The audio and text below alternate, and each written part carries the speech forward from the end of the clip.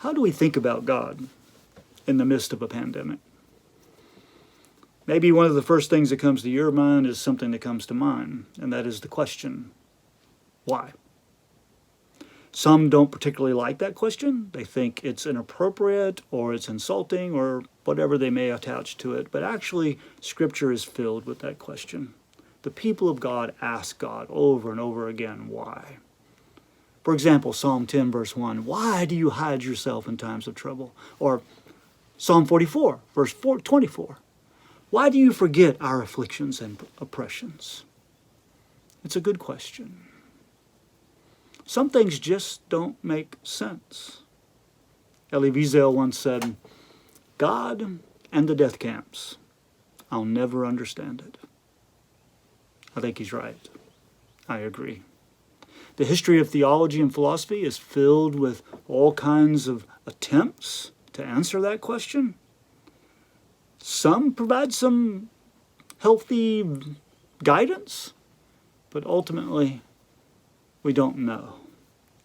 And the question for the life of faith is, can we live with the ignorance? I think we have to. We have to live with the ignorance. But that doesn't mean we're without recourse. In fact, we are invited into a relationship with God that brings the questions, brings the doubts, brings the struggles into that relationship with God.